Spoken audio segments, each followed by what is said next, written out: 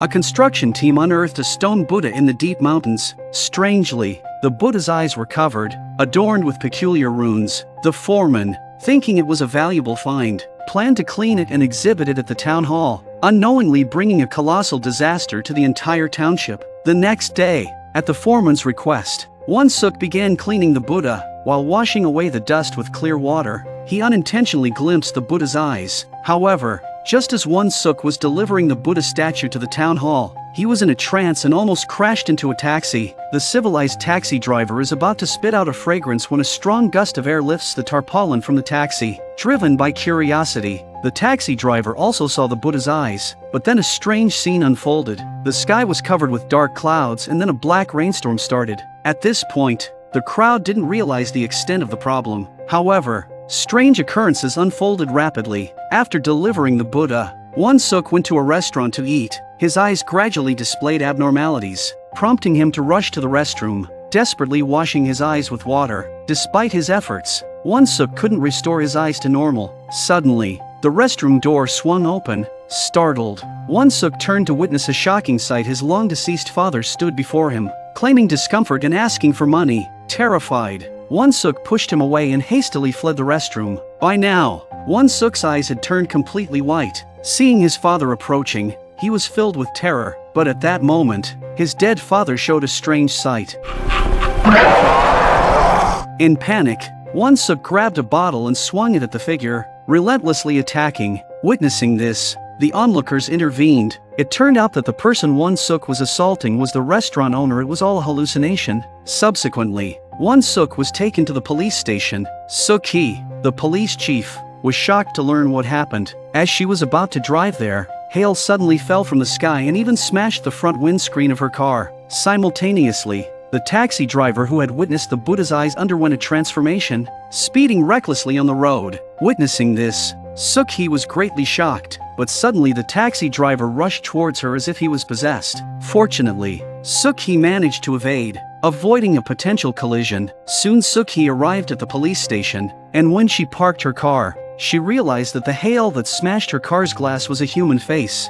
Unaware of the gravity of the situation, Suk-hee entered the building, only to find that Won-suk, who had seen the Buddha's eyes, had completely transformed, attacking anyone in sight. Even after tearing his arm off, Won-suk didn't stop. Seizing an opportunity, Suk-hee restrained Won-suk and called for emergency assistance. As the ambulance took Won-suk away, doctors conducted a preliminary examination and discovered that his glucose levels were several hundred times higher than normal, the root cause of his hallucinations. However, the next day, Won-suk's medical indicators had inexplicably returned to normal, leaving the experienced doctors perplexed. On the other hand, the township government has started to exhibit the Buddha statue, which means that more and more people are seeing the eyes of the Buddha statue. At this moment, the people are still immersed in admiring the work of art, not knowing that the next township will become a hell on earth. In the deep mountains of South Korea, a stone Buddha was unearthed. Strangely, the eyes of the Buddha were covered, and they were inscribed with various bizarre symbols. What the people didn't know was that this was,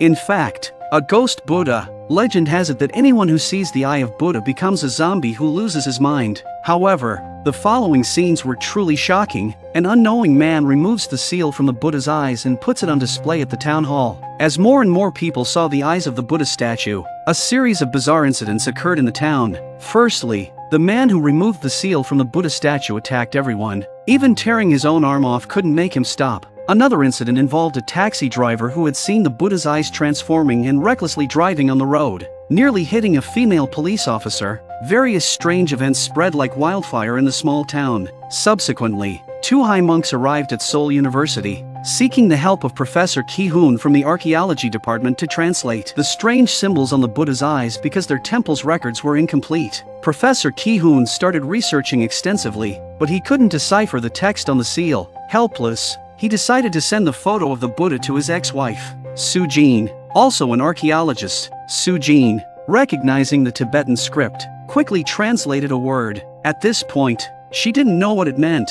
The next day Soo-jin came to the exhibition hall and decided to find out what it was all about, and inadvertently she also saw the eyes of the Buddha statue. At this moment, her body still showed no signs of abnormalities. Looking at the ceiling boundary in the display case, Soo-jin inexplicably felt a trace of uneasiness. Soo-jin informed the staff that without understanding the origin of the Buddha, it shouldn't be displayed in the exhibition hall. However, the staff disregarded Soo-jin's suggestion. Helpless, Soo-jin returned to the Buddha and turned off the overhead lights. Although Soo-jin couldn't articulate her uneasy feelings, she could sense that something was about to happen. Soon, many villagers gathered at the town hall, demanding answers about the severe crop damage caused by the previous black rain. They believed it was due to air pollution and sought accountability. Soo-jin also came to the meeting room. Jong-soo, the head of the township government, also reported on the matter. He claimed to have already informed relevant authorities, and Ki-hoon would provide more information as the situation developed. 전국에서 사람들이 그걸 보려고 사람들이 몰려들 거란 말이에요. 이제 우리가 그런 걸 대비를 해야지. 대체 무슨 말 하는 거예요? However, during Jong-soo's verbose presentation, a stranger appeared at the door with a sickle. 이 괴물들 다 뭐야? An older man in the crowd went to check out the situation when something unexpected happened.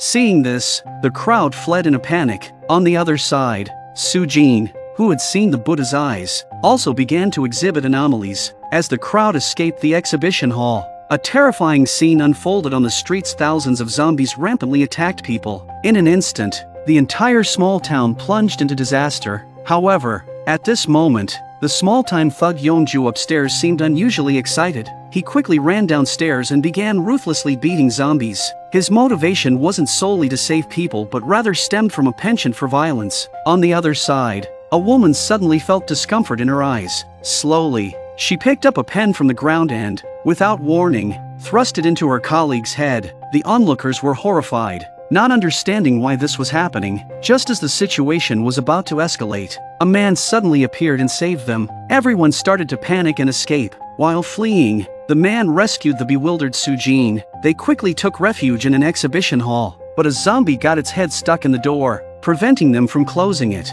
People attempted to kick the zombie out, but it tightly clung to one person's leg. Just when everyone was at a loss, Yongju from outside dragged the zombie away and proceeded to beat it mercilessly. Fearful and timid, Jong-soo quickly locked the door. He had no intention of dying. Under Yongju's assault, the zombie gradually lost consciousness, but the group inside had no intention of opening the door for him. Suddenly, one of Yongju's henchmen rushed forward, opened the door, and Yongju entered the room. The sight of Yongju's brutality had everyone terrified, and they dared not even breathe. 이발 진짜 뭘 가만히 서 있어.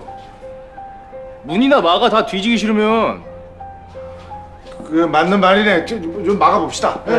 Seeing them so obedient pleased Yongju. With everyone's help, they finally sealed the door. However, at this moment, Soo-jin, who had seen a Buddha statue's eyes, began to exhibit abnormal behavior. Do-kyung sensed something wrong with Soo-jin and tried to ask about it, but Soo-jin pushed him away. Soo-jin was experiencing hallucinations, feeling that someone wanted to kill her. Upon opening the door, she discovered it was her daughter Ha-young. Soo-jin hadn't fully transformed yet. She only occasionally experienced hallucinations. The military quickly locked down the entire town upon receiving the news. After getting the news, Professor Ki-hoon decided to go to find Soo-jin, but he was stopped outside. No matter how Professor Ki-hoon tried to explain, the military wouldn't let anyone through. At this point, Soo-ki, a police officer, arrived, as her son Do-kyung was also trapped in the town. Attempting to go to the town, Soo-ki was also stopped by the military. On the other hand, Soo-jin's body is abnormal again.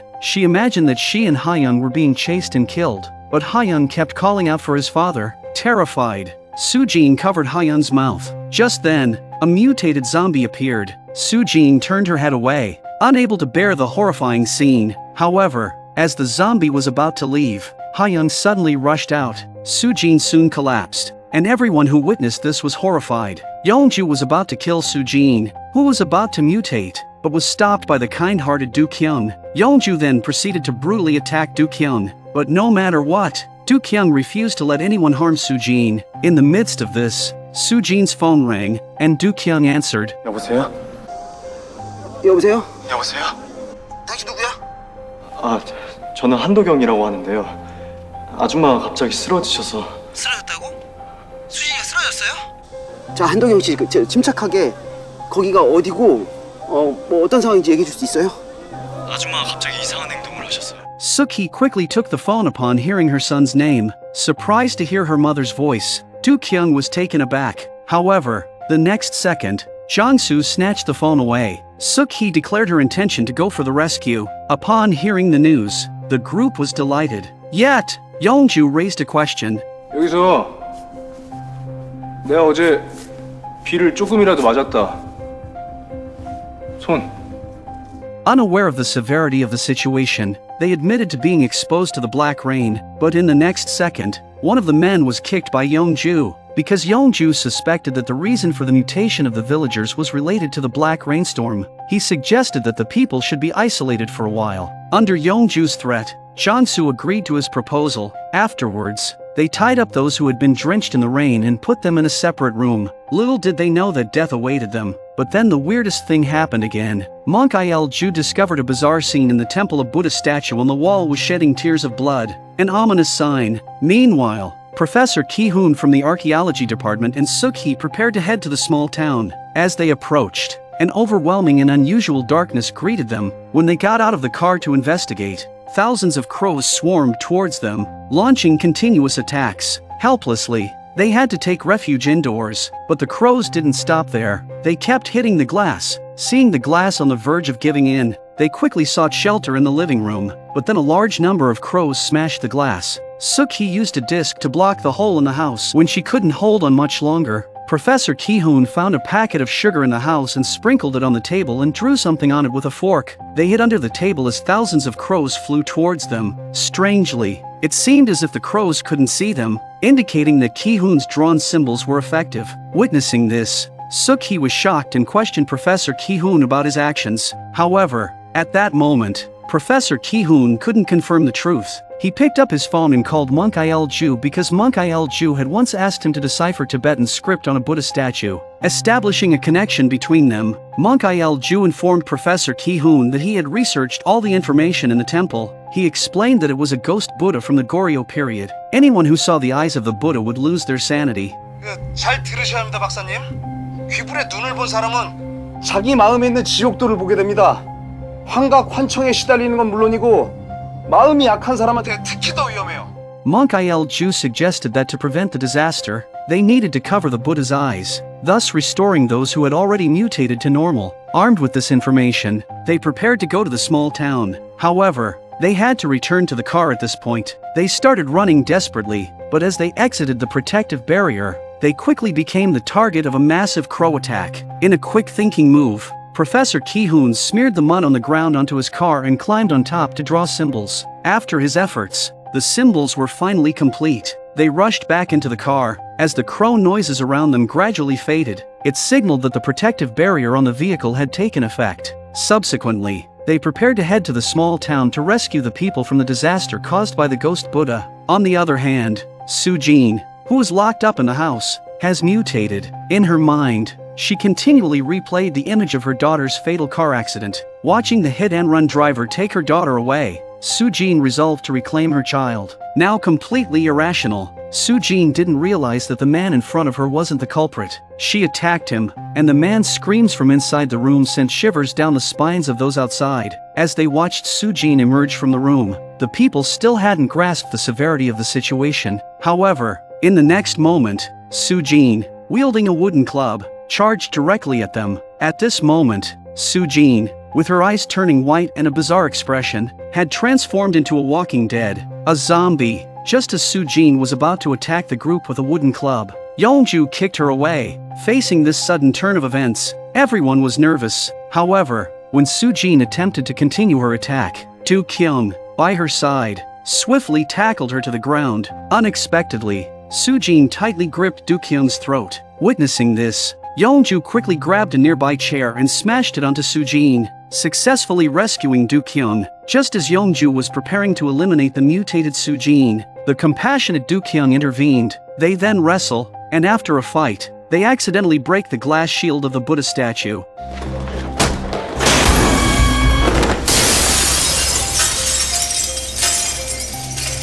However, at this moment, everyone turned their attention to the eyes of the Buddha. They were still unaware that anyone who saw the Buddha's eyes would turn into zombies. At that moment, A strange lady appeared outside the door. She poured gasoline into the building's ventilation ducts, and upon igniting it, a loud explosion echoed from inside the building. Realizing that staying there was not a viable option, Yeonju decided to lead everyone out of the small town. They confined the rain-exposed individuals once again and left the town government building. After some fumbling, they finally entered a large bus. However, as the last person tried to board, zombies grabbed him. Without hesitation, Yeonju kicked him off. In this chaotic world, he shows his humanity to the fullest. As the bus started moving, the people inside thought they were about to be saved. But just at that moment, it seemed like there was an issue with the driver's eyes. Seeing this strange scene, Yeonju, shocked, rushed forward to investigate. Suddenly, the driver's eyes turned completely white, indicating that he had mutated. Witnessing the driver's abnormality, Yeonju tried to take back the steering wheel, but it led to the bus overturning. When Yeonju regained consciousness, he was stabbed by a man in white. The people inside the bus had all mutated because they had seen the eyes of the Buddha. The people began to kill each other, and soon, all of them perished. Meanwhile, Professor Ki-hoon and Suk-hee were on their way to the small town. But just then, Monk Il-ju called. 방법을 찾았어요. 뭐 어떻게 해야 돼? 일단 퀴브를 먼저 봉인해야 돼요. 눈을 감고요. 눈을 감고 귀불에 눈을 막으라고? 뭐가 됐든 상관없으니까 무조건 눈을 가리세요.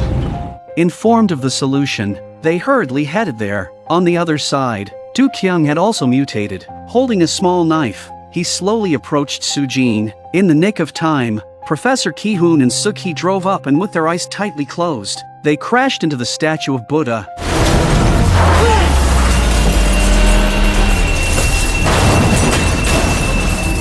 Upon regaining consciousness, Professor Ki-hoon asked Suk-hee about the situation. Worried about her son Do-kyung, Suk-hee looked around anxiously, searching for her son's figure. However, unintentionally, she caught a glimpse of the eyes of the Buddha. This indicated that Suk-hee was about to mutate. Suk-hee instructed Professor Ki-hoon to seal the eyes of the ghostly Buddha as per Monk Il-ju's request, while she went in search of her son's whereabouts. At this moment, Suk-hee's son, Do-kyung, had fully mutated and did not recognize the person in front of him as his mother. Subsequently, Do-kyung began to attack Suk-hee. They soon got into a fistfight. On the other side, Professor Ki-hoon found a pile of newspapers in the car, wet them, and decided to paste them over the eyes of the Buddha. He aimed to seal the eyes of the ghostly Buddha in this manner. However, at the same time, Suk-hee, who had seen the eyes of the Buddha, had mutated. Slowly pulling out a pistol, she took aim at Do-kyung's head. In this critical moment, Professor Ki-hoon successfully sealed the eyes of the ghostly Buddha.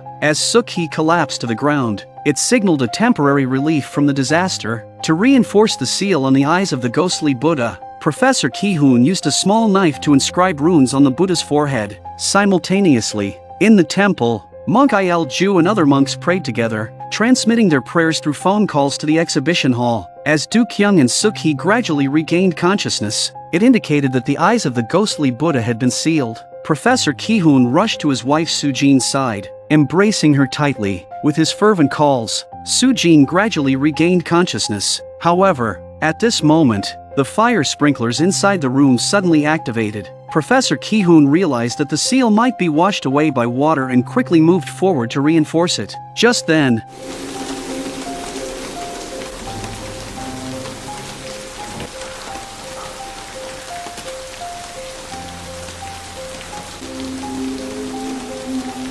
the sealed eyes of the ghostly Buddha were shattered, and Suk-hee and Do-kyung fell back into hallucinations, engaging in a struggle once again. On the other side, Ki-hoon Professor, who had seen the eyes of the Buddha, also experienced hallucinations. His wife Soo-jin transformed into a giant spider and lunged at him. 정 박사님? 정기훈 박사님? 혹시 퀴불의 눈을 보신 건 아니죠? 눈을 감으셔야 돼요. Hearing a voice from the phone, Soo-jin, with closed eyes, slowly climbed to her feet. After they talked, Monk Il-ju learned the truth and pinned his hopes on Soo-jin. 잘 들으세요.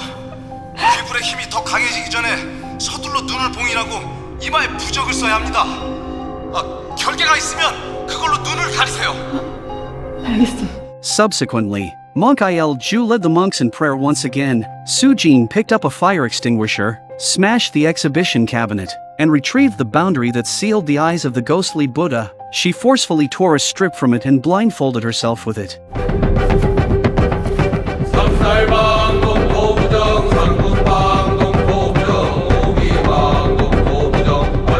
Sujin approached the Buddha statue, groping to seal its eyes. Just as she thought she had succeeded, Professor Ki-hoon suddenly appeared, gripping her throat. At this moment, Professor Ki-hoon had not fully regained consciousness, his mind filled with images of arguments between him and his wife. As time passes, the seal on the eye of the ghost Buddha starts to work and Professor Ki-hoon gradually regains consciousness. However, at that moment, the hook supporting the Buddha statue suddenly broke. In this critical moment, Sujin quickly pushed Professor Ki-hoon away and jumped out of the car. The ghostly Buddha heavily crashed to the ground, and a loud explosion echoed from below. Soon after, everyone regained consciousness, signifying the end of the disaster brought about by the ghostly Buddha. People embraced and wept, cherishing the precious bonds of family that had survived this ordeal. Several months later, during an archaeological mission in an abandoned factory, Professor Ki-hoon and Sujin once again encountered an eerie scene. The series concluded at this point. Thank you to all our viewers for their support. Until next time.